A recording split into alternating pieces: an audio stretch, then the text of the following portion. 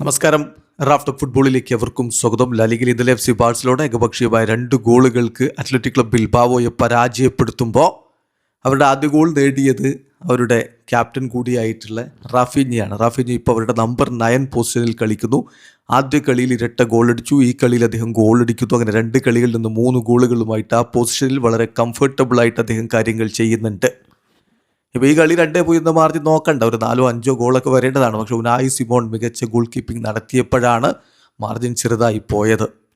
അപ്പോൾ ചോദ്യം ഇതാണ്, ബാഴ്സലോണയ്ക്ക് ഇപ്പോൾ ഒരു നമ്പർ 9 സ്ട്രൈക്കർ ഇല്ല. ഫെറാൻ ടോറസും റോബർട്ട് ലെവൻഡോസ്കിയും പോയതിന് ശേഷം പിന്നീട് അവർ ഹുലിൻ അൽവാരസിനായി ശ്രമങ്ങൾ നടത്തി. വലിയ രൂപത്തിലുള്ള തർക്ക വിതർക്കങ്ങൾ അത്ലറ്റിക്കോ അവരുമായിട്ടുണ്ടായി എന്നല്ലാതെ താരത്തെ എത്തിക്കാൻ കഴിഞ്ഞിട്ടില്ല.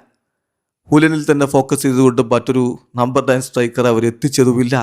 അപ്പോൾ ഇങ്ങനെ ഒരു ഘട്ടത്തിൽ റാഫീഞ്ഞയെ ആ പോസ്റ്റിലേക്ക് മാറ്റുകയും അദ്ദേഹം 2 കളികളിൽ 3 ഗോളുകൾ അടിക്കുകയും ചെയ്ത സ്ഥിതിക്ക് ഇനി വേറൊരു നമ്പർ 9 സ്ട്രൈക്കറുടെ ആവശ്യമുണ്ടോ എന്ന ചോദ്യം ഇന്നലെ മത്സരശേഷം കോച്ച് ഹൻസി ഫ്ലിക്കിനോട് ചോദിക്കുകയുണ്ടായി. ഹൻസി ഫ്ലിക്കിൻ്റെ മറുപടി, അറിയില്ല, എനിക്കറിയില്ല റാഫീഞ്ഞ ആയിരിക്കുമോ ഈ സീസണിലെ ഞങ്ങളുടെ നമ്പർ 9 പൂർണ്ണമായിട്ടും എന്നിപ്പോൾ എനിക്ക് പറയാൻ പറ്റില്ല. പക്ഷേ ഏറ്റവും പ്രധാനപ്പെട്ട കാര്യം, ആ പൊസിഷനിൽ വേണ്ടി വന്നാൽ തുടരാൻ റാഫീഞ്ഞ പ്രിപ്പയർഡാണ്.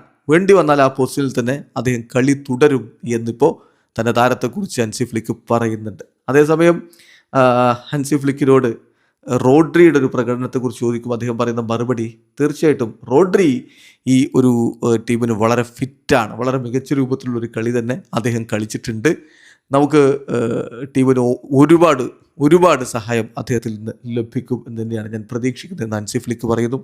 അതേപോലെ ലമീൻ യമാലിൻ്റെ പ്രകടനം, അദ്ദേഹം ഗോളും അസിസ്റ്റൊന്നുമില്ല, പക്ഷേ പ്രകടനം മികച്ചതായിരുന്നു എന്നാണ് ഫ്ലിക്കിൻ്റെ ഒരു വിലയിരുത്തൽ. I think it was good for Lamine Yamal to play 90 minutes. കാരണം ഈ ഒരു കണ്ടീഷനിൽ അദ്ദേഹം ഇമ്പ്രൂവ് ചെയ്തു വരുന്നു. അദ്ദേഹത്തിൻ്റെ ഫിസിക്കൽ ആസ്പെക്റ്റിലും അദ്ദേഹം ഇമ്പ്രൂവ് ചെയ്തു വരുന്നുണ്ട്.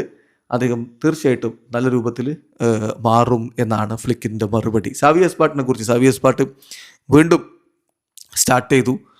അവൻ്റേതല്ലാത്ത പൊസിഷനിൽ അവൻ കളിച്ചു. അപ്പോൾ അതിനെക്കുറിച്ചുള്ള ചോദ്യത്തിൻ്റെ മറുപടി, അവൻ ഒരു വളരെ മികച്ച ടെക്നിക്കുള്ളൊരു ടോപ്പ് പ്ലെയറാണ്.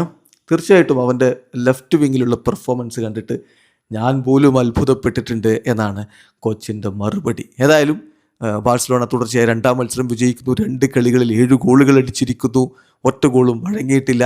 ആരാധകർ ഹാപ്പിയാണ്. വീഡിയോ അവസാനിക്കുന്നു. ഫുട്ബോൾ ലോകത്ത് കൂടുതൽ വിശേഷങ്ങളുമായി റാഫ് ടോക്സ് എത്താം.